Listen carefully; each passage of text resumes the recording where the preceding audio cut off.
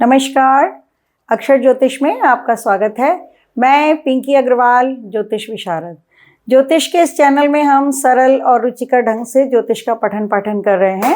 अभी हमने षडवर्गों के बारे में पढ़ा, 2 वीडियोस में आया कि वर्गास क्या है, षोडश वर्गास क्या है, षठ वर्गास क्या है, ग्रह के बल को हम कैसे नाप सकते हैं, जान सकते हैं विदाउट एनी मैथमेटिकल कैलकुलेशन, क्योंकि वर्ग तो हमें बने बनाए मिल जाते हैं। तो ग्रहों की पोजीशन से हम कैसे जान सकते हैं किस राशि में ग्रह गया, तो उससे हमें पता चल जाता है कि ग्रह हमारा बली है या नहीं है। वो बहुत ही हमें समझना ज़रूरी था।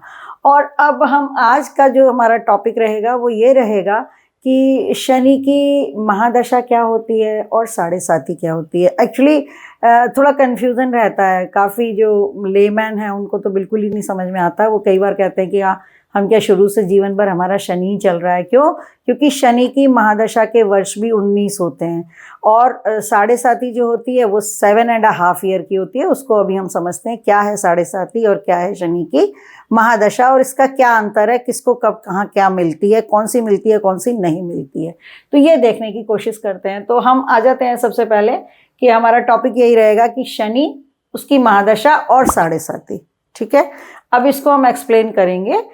तो ये हमने एक चार्ट बना लिया। इस चार्ट में हम जानबूझ करके कोई भी राशि अभी नहीं लिख रहे हैं, क्योंकि राशि लिखने से फिर हम थोड़ा सा सेकंड लेवल पे राशि लिखेंगे ताकि हमको ये समझ में आए कि पहले ये समझ में आए कि भाई भावों के अनुसार फिर हम उसमें राशि ऐड करेंगे। ठीक है, तो मान लीजिए कि जहाँ भी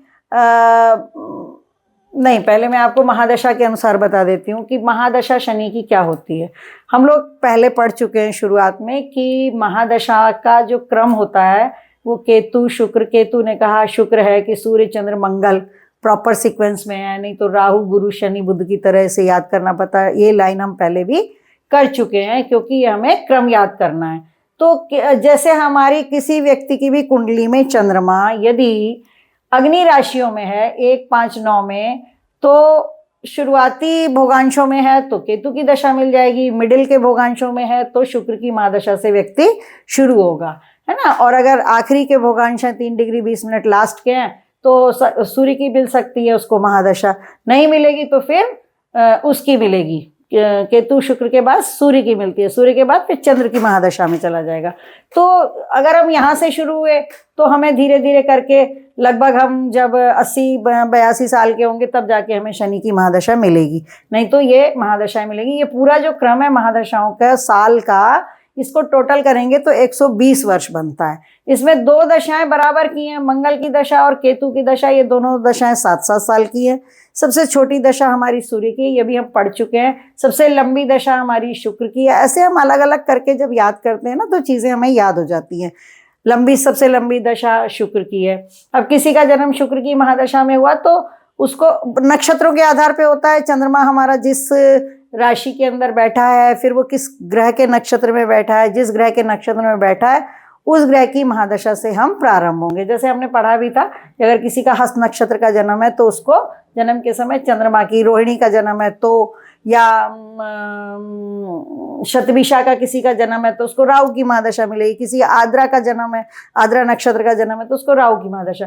तो राहु मिलेगी, फिर गुरु मिलेगी, फिर शनि मिलेगी, फिर बुध मिलेगी, फिर केतु शुक्र सूर्य चंद्र मंगल राहु गुरु, ये क्रम चलता रहता है। 120 साल का एक ये क्रम पराशरी पद्धति में, जो पराशरी महादशा जो ग्रहों की होती है उसमें हमको ये मिलता है।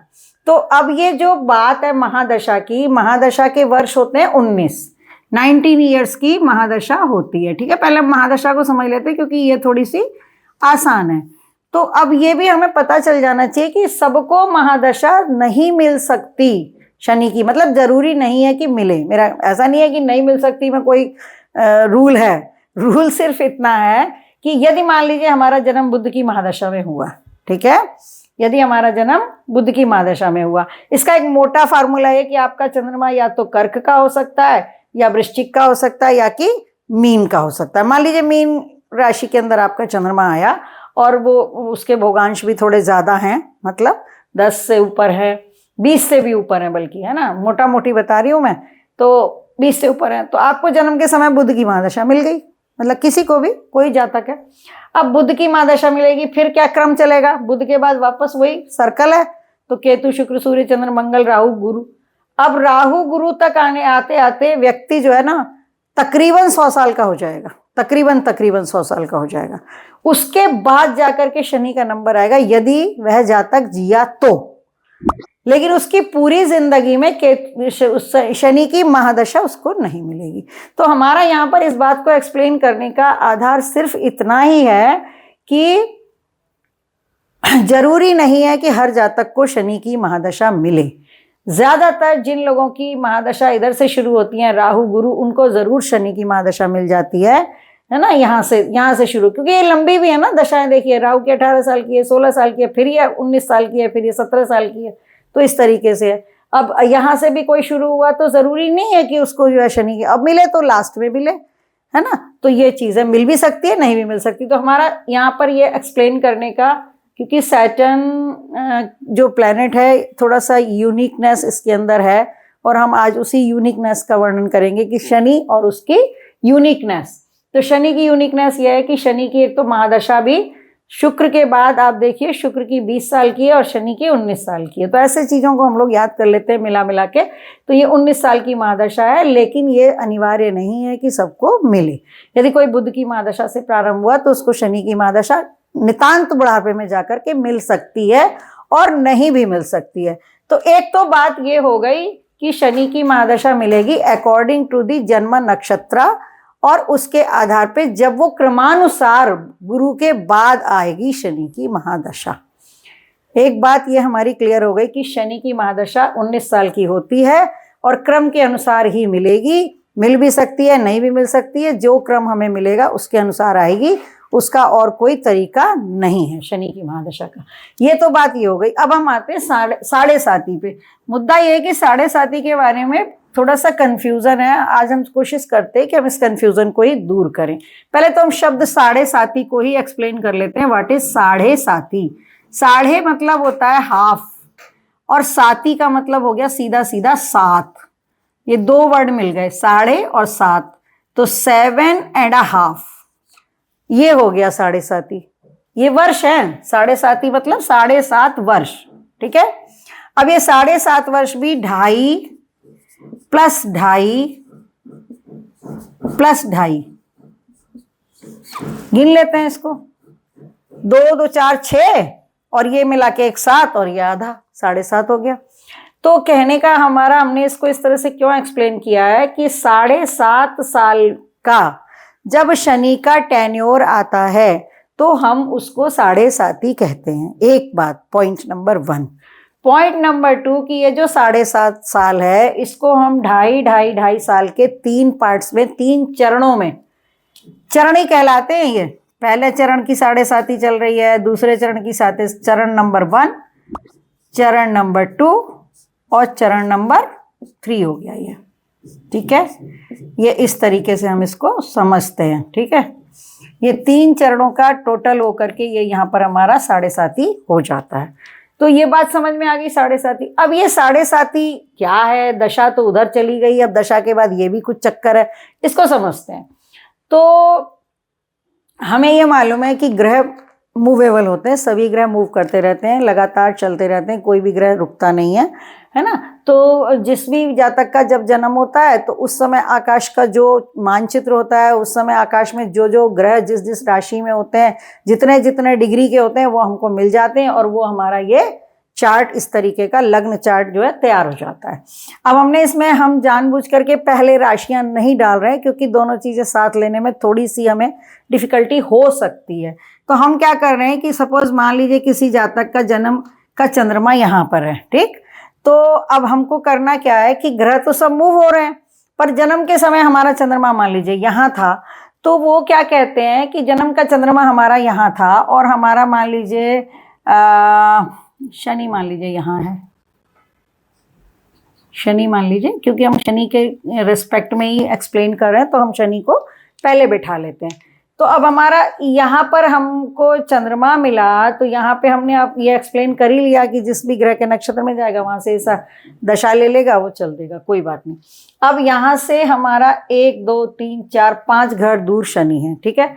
ये जिस भी राशि में, अभी हम राशि की बात नहीं कर रहे, जिस भी राशि में, ये इस राशि में टोटल 2.5 साल रहेगा।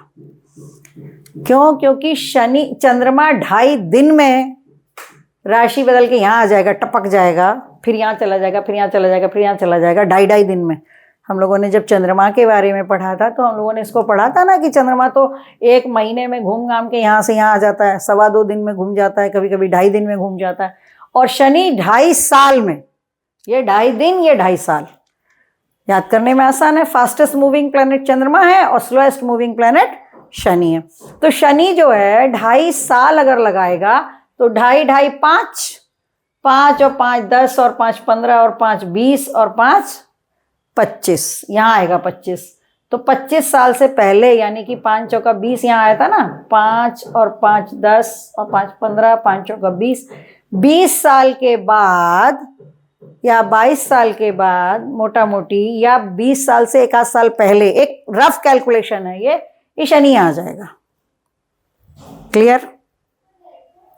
अभी एक बार और देखते हैं।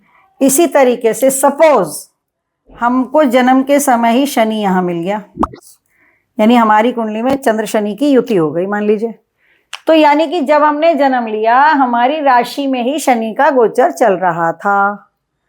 तो अब आप ये देखो कि ये शनि तो इसके चंद्रमा के साथ ही था। अभी हमने बताया ना कि अगर यहाँ शनि होता तो ये जब तक घूम के आएगा तो कब आएगा, पहली 7.5 कब आएगी, वो भी बताते हैं अभी हम आपको। तो अब हमको ये पता चल गया कि सैटर्न जो है 2.5 साल एक राशि में रहता है, 2.5 साल के बाद राशि बदलता है। पूरे इस चक्र का चक्कर लगाने में शनि को 30 साल लगते हैं, ठीक है।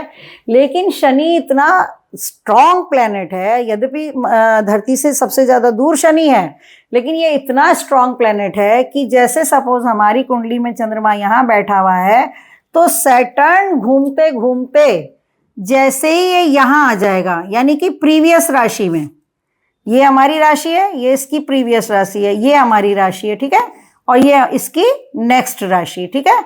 ये प्रीवियस और ये करंट, यानी यहाँ पे इसकी पोजीशन है, इसको करंट ही लिख देते हैं क्योंकि ये करंट राशि हमारी राशि हो गई ना, ये राशि लिख देते हैं इसको, राशि, करंट राशि मतलब हमारी ये राशि है, ये राशि हो गई। ये प्रीवियस राशि कहें या हम इसको कहें प्रीवियस राशि ही कहेंगे, इससे पहले वाली राशि, और इसकी ये पोस्ट, ये इसके बाद वाली राशि, ठीक है। अब चाहे यहाँ पे ये 12 हो अगर, तो ये 1 12 और नहीं, ऐसा थोड़ी होगा, 11 12 और 1 हो जाएगा, ठीक है, ऐसे हो जाएगा। या अगर यहाँ पर 1 है तो यहाँ पर 2 आ जाएगी और यहाँ पर 12 आ जाएगी। कहने का मतलब है तो क्रम तो वही चलेगा ना, 1 2 3 4 से लेके 12, 12 के बाद फिर 1 2 3 4। या मान लीजिए यहाँ पर हमारी कर्क राशि है, 4 है, तो ये प्रीवियस राशि कौन सी हो जाएगी, 3 नंबर, और ये इसकी लास्ट वाली राशि कौन सी हो जाएगी, अगली वाली मतलब पोस्ट राशि क्या आ जाएगी, सिंह आ जाएगी, ठीक है। तो हम ये कहना चाह रहे हैं इस सारी कहानी में कि शनि इतना स्ट्रॉन्ग प्लैनेट है कि गोचर में, जब गोचर का मतलब होता है प्लैनेट्स जो डेली घूम रहे हैं, ये हमारे पास पेपर में भी, पंचांग में भी आता रहता है, और हम लोग टेलीविजन पे भी सुनते हैं, मीडिया में भी सुनते हैं कि ग्रह इस राशि में चला गया, उस राशि में चला गया। गोचर, गो माने इसमें आता है कि चर माने तो होता है मूवमेंट, और गो का मतलब होता है राशियों से ही होता है, राशियों में मूव करना या घूमना। तो ये गोचर में जो प्लैनेट जब घूमता है तो घूमते घूमते सारी 12 राशियों में घूमता है, 2.5 साल रहता है।